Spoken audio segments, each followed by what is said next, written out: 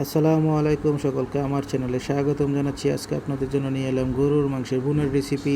আপনারা ভিডিওটি সম্পূর্ণ দেখুন, তাহলে আপনারাও বানিয়ে নিতে পারবেন সুস্বাদু গরুর মাংসের বোনা। সেই জন্য কী লাগবে আমার ভিডিওটি সম্পূর্ণ দেখুন, না টেনে, তাহলে বুঝতে পারবেন। সেজন্য আমাদের কিছু মশলা লাগবে: এলাচি, দারুচিনি, লবঙ্গ এবং তেজপাতা। এবং ম্যারিনেট করতে গেলে কী লাগবে সেটা দেখে নিন। সেখানে লাগবে আপনার 2 টেবিল চামচ আদা বাটা, 1 টেবিল চামচ রসুন বাটা, 1 টেবিল চামচ হলুদ গুঁড়ো, 1 টেবিল চামচ লাল মরিচ গুঁড়ো, 1 টেবিল চামচ ধনিয়া গুঁড়ো, 1 টেবিল চামচ জিরার গুঁড়ো এবং পরিমাণ মতো লবণ দিয়ে ভালো করে ম্যারিনেট করে নিন। এই সুযোগে আপনাদের সকলের কাছে অনুরোধ করছি, আমার চ্যানেলটিকে সাবস্ক্রাইব করে আমার পাশে থাকার জন্য। আপনারা যত পাশে থাকবেন তত আপনাদের কাছে নতুন নতুন রেসিপি দিতে পারবো, আপনাদের পাশে থাকতে পারবো।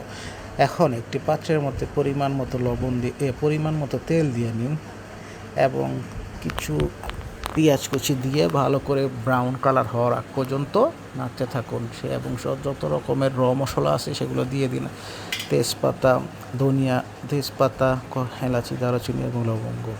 কারণ এই ভিডিওটি করার সময় তখন ভিডিওটি করতে পারেন মোবাইলের সমস্যা হওয়ার কারণে, এই জন্য আপনাদের বলে দিলাম। তারপরে যখন দেখবেন যে পেঁয়াজগুলো বাদামি কালার ধারণ করেছে, তখন ম্যারিনেট করে রাখা 30 মিনিট ম্যারিনেট করে রাখা মাংসগুলো দিয়ে দিন, এবং ভালো করে নাড়াচাড়া করতে থাকুন। যখন মাংসগুলো দিবেন দেখবেন হয়তো লেগে যেতে পারে, সেই জন্য ওই যে বাটির মধ্যে ম্যারিনেট করে নিয়েছেন সেখানে কিছু পানি গুলিয়ে ভালো করে মাংসের মধ্যে দিয়ে দিন এবং মাঝে মধ্যে নাড়াচাড়া করতে থাকুন। যেন সবসময় খেয়াল রাখবেন নিচে যেন পোড়া না লাগে। লেগে গেলে একটা পোড়া গন্ধ হবে, তখন ভালো লাগবে না।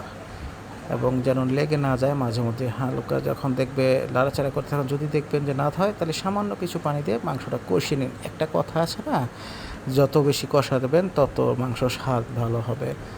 সেই জন্য ভালো করে মাঝে মধ্যে ঢাকনা দিবেন এবং ঢাকনা উঠিয়ে নাড়াচাড়া করবেন, যেন না যখন কষানো হয় সম্পূর্ণ হয়ে যাবে, যখন দেখবেন যে তেলটা সম্পূর্ণ বেরিয়ে গেছে এবং পানি নেই, তখন আরও 2 মগ পানি দিয়ে মাংসটিকে সিদ্ধ হওয়ার জন্য দিয়ে দিন। এই পানি যখন পানিটা শুকিয়ে যাবে এবং তেলটা বেড়ে যাবে, তখনই আপনার ভুনা মাংসটা হয়ে যাবে। এই জন্য মাঝে মধ্যে ঢাকনা উঠিয়ে নাড়াচাড়া করতে থাকুন এবং মনে রাখবেন সবসময় যেন পোড়া না লাগে, এটা ভালো করে খেয়াল রাখবেন। এবং সকলকে আবারও একটা কথা বলতেছি, আপনারা যদি আমার চ্যানেলটিকে সাবস্ক্রাইব করে এবং লাইক কমেন্ট করেন, তাহলে আমরা আপনাদের মাঝে নতুন নতুন রেসিপি আনতে উৎসাহিত হই। আমরা খুব কষ্ট করে এবং খুব সময় নিয়ে এডিট করে আপনাদের মাঝে ভিডিও দিই। এখন আপনারা যদি আমাদের সাহায্য করেন, আপনাদের লাইক কমেন্ট করেন, তাহলে আমরা খুব আগ্রহী হই আপনাদের নতুন ভিডিও দেওয়ার জন্য। এখন যখন আবার ভিডিও আসি রান্নার মাঝে, এখন যখন পানিটা শুকিয়ে গিয়ে তেলটা যখন বেরিয়ে হয়, তখন আপনারা কী করবেন, সেখানে গরম মশলা এবং ঘি থাকলে ঘি দিবেন। ঘিটা দিলে ঘ্রাণ ভালো বের হয়। সেই ঘ্রাণের জন্য অনেক সময় দেখা যায় কি অনেকে ঘ্রাণটা পেলে আরও খেতে ভালো লাগে, সেই জন্য ঘিটা দিলে এটা অবশ্য অপশনাল, এটা কোনো ম্যান্ডেটরি না। তারপরে যখন দেখবেন পানিটা কমে গিয়ে তেলটা বের হয়ে গেল, তখনই নামিয়ে নেবেন এবং নামিয়ে গরম গরম খাওয়ার চেষ্টা করবেন। গরম গরম সব কিছুই স্বাদই আলাদা।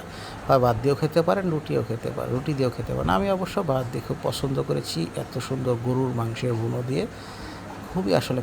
খাবারটি খুবই স্বাদ। আপনারাও বাড়িতে এবং যারা ব্যাচেলর আছেন তারা চেষ্টা করতে পারেন আমার রেসিপি ফলো করে। ধন্যবাদ সকলকে।